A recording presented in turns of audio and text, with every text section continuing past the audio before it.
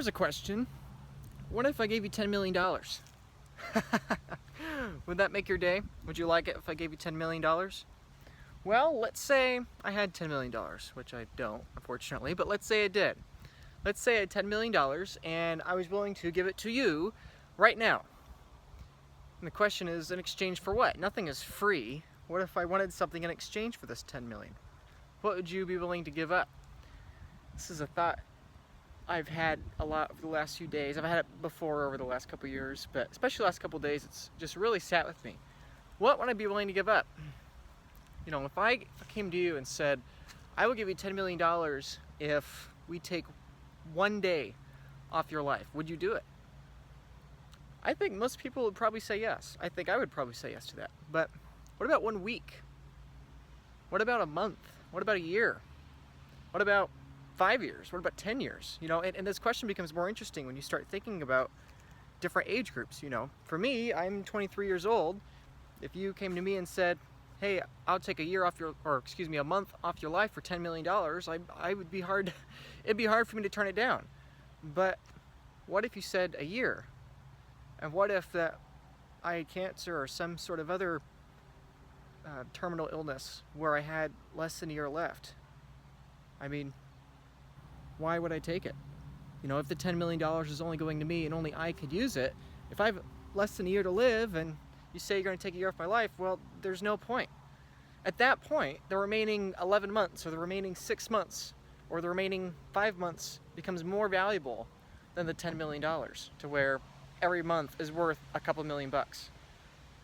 It's interesting to think about time in that reference, but I think it's also interesting to think about our bodies and about our physical health. You know, everyone always says that time is money, and I often say, among many others, that health is wealth, you know, and that our real purchasing power, our real wealth is not the number of ones and zeros we happen to possess or we happen to steward at a given period of time. It's actually in how alive are we?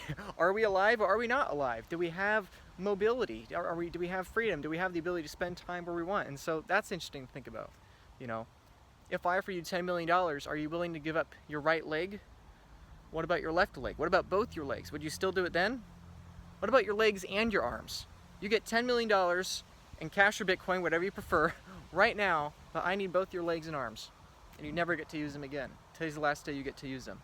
The last hour you've gotten to use them was this last hour here. Would you do that? Something interesting to think about. Okay, let's say maybe you would. What about a hand? You know, if you're a performing violinist and you have this whole bright future ahead of you, you can play the violin, all these stages, and sell all these, you know, albums and CDs or views or whatever. It's like, is it worth it? Not even in terms of, is it mentally worth it? But then from purely a business model, I'm sure there are some musicians out there where their hands are worth more than $10 million. And so if their hand is worth more than $10 million, literally from a marketable standpoint, shouldn't yours be too? I mean, let's think about not just you playing an instrument or doing something of that sort. Let's think about you having an impact, something much more meaningful, much more valuable, your future, your kids. You know, maybe you don't get to play a symphony, but maybe you get to play with your kids. You know, is giving up your hand for $10 million worth not being able to play Legos or whatever with your kid again, or dolls, or whatever it is that you and them like to do? Is that worth it? I don't know. It's interesting. And then when you reframe that with the things that we do, or the addictions we have, or the habits we develop, really makes you think. What's the cost of smoking? Of smoking cigarettes or weed or cigars or whatever is your smoke of choice, vaping? What's the cost of that? If smoking takes off a year of your life, just 1 year, and you wouldn't give up 1 year of your life for $10 million, is it then not correct to say that you value your smoking addiction at $10 million? Or that, said from a different phrasing, that by you smoking, you're giving up $10 million? Something interesting to think about. What about something that's just as common here in the West, at least, rich fat America? What about obesity? What about a bad diet?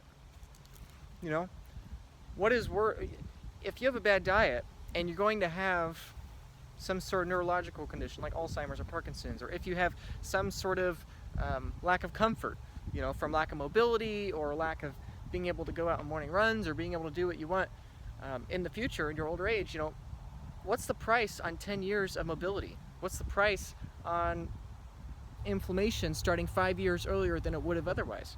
How do you price these things? I think that's really hard to do. You know, my grandfather died in his 90s. He had Alzheimer's, and he spent a lot of time thinking about his future, investing and saving and everything. And I think I never asked him this question, but I think it's something that I think about in part because of that. You know, he worked so many years, even after his retirement, working and saving for his future and for his kids' future and ultimately for my future too. It's a main reason why he kept working. But I wonder, you know, if I were to ask him, he's not here anymore, but I wonder what that would be worth. How many dollars is that worth? How many hours of your life is it worth? Everything's a trade-off. You know, we have to have dollars. We have to have dollars to eat, obviously. So this breaks down a little bit that, you know, already we are exchanging our time in our life for dollars. So it's just a matter of how much. You know, many people will exchange 1 hour of their life for $10. You know, something interesting to think about. We need a certain number of dollars to live, to survive, to operate in the world, a certain number of monetary units, but we're inherently giving them up. And you know, there are many people watching this probably that would not be willing to give up a year of their life for $10 million, but would be willing to give up 5 years of their life working at a job making $25,000 or $30,000 a year. And so just by reframing those things become really interesting. Perhaps for that person working 5 years at a lower income job of 20 to 30,000 US dollars is still worth it. It's still preferable to losing out an entire year of life for a larger sum of money. And if that's the case, well, then they better enjoy that job. They better enjoy their weekends. They better enjoy their evenings and their mornings outside of that job, because that's really then what they're pricing. It's really interesting to think about. It forces you to question, am I taking advantage of every weekend? Am I taking advantage of every morning, of every afternoon? Am I taking advantage of all the time I have? You know, and not some woo-woo fantastical hippie stuff, like in just pure reality, raw numbers. What do you value your time? How much of your life are you willing to exchange for monetary units? And are you making the correct trade-off right now from a marketable perspective? Interesting things to think about. I spend a lot of my time advocating for Bitcoin, advancing Bitcoin, buying Bitcoin, and I often wonder, is it worth it? Am I going to regret spending this much time advancing Bitcoin adoption? I think it's inevitable, with me or without me. And so are my efforts in vain? Are my efforts not needed? Are they not useful? I think they are useful. And I suppose the conclusion I've come to is just this belief that without Bitcoin, a future of increased conflict is probable. A future of lower economic prosperity globally is probable, as well as for me is probable. And so when I think about my future, when I think about my kids, when I think about my family, you know, I know there's nothing I wouldn't do for my kids. And so I know that I should probably do everything in my power to advance the technology or the innovations or the paradigms in the secular world as possible, so that when my kids come into this world, they have the best possible path forward for them. If the success or failure of Bitcoin eventually dictates the possibility of my own son being sent off into combat, or, not even that dramatic, if it increases the probability that my son has a disease that will or will not have had a medicine able to treat it or cure it, I think then in that case, I'm willing to sacrifice my youth. I think I'm willing to sacrifice much of my time. I think I'm willing to sacrifice as much as I've sacrificed for that cause, for that mission, because it's best for me, it's best for my children, it's best for the millions of others, it's best for the millions of other children in the rest of the world, and for me, it's worth it. And so I think that's a question you need to ask for yourself. Are you satisfied with the way you're spending your time? You know, if you are watching this, maybe you have 10,000 days left on Earth, maybe you have 20,000, maybe 30,000 days left on Earth. That's really optimistic, but you know, 10 to 30,000, some of you maybe 1,000, 3 years. 1,000 days is 3 years, roughly speaking. You know, things to really think about. How much are you willing to give up? And if I offered you $10 million right now, would you take it? And if you took it, what was the maximum amount of your life, of your health, or your body that you'd be willing to give for it? So I don't have anything specific there. I can't tell you what to do, what to spend your time on, but it's something I think we should be thinking about. So anyway, one thing I have spent a lot of time on is my movie, this film, The Case for Bitcoin. Spent much of this year, 2023, working on it, knowing that the results won't be here until next year, but I really sunk a lot of time into it. A lot of other people have justified it in their own minds, sinking a lot of time into it, or capital that took them a lot of time to acquire into it.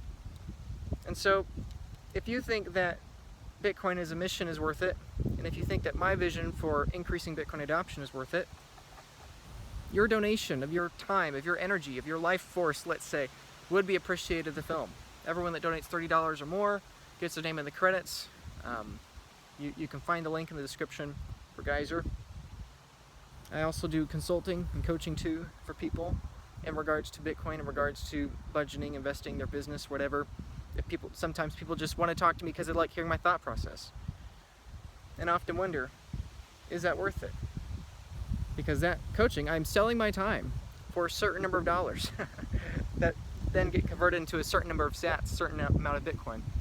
So anyway, for me, where I'm in my life, I can justify putting my time there, into this movie, into producing these pieces of content that hopefully you're enjoying now and have enjoyed in the past, and hopefully will enjoy more in the future. So if you want to consider donating some of your time to my movie, link in the description, please check it out, The Case for Bitcoin. And if you want to buy some of my time, also link in the description for coaching and consulting. So hopefully this thought experiment has been of some use to you, and I'm going to get back to enjoying my beautiful walk.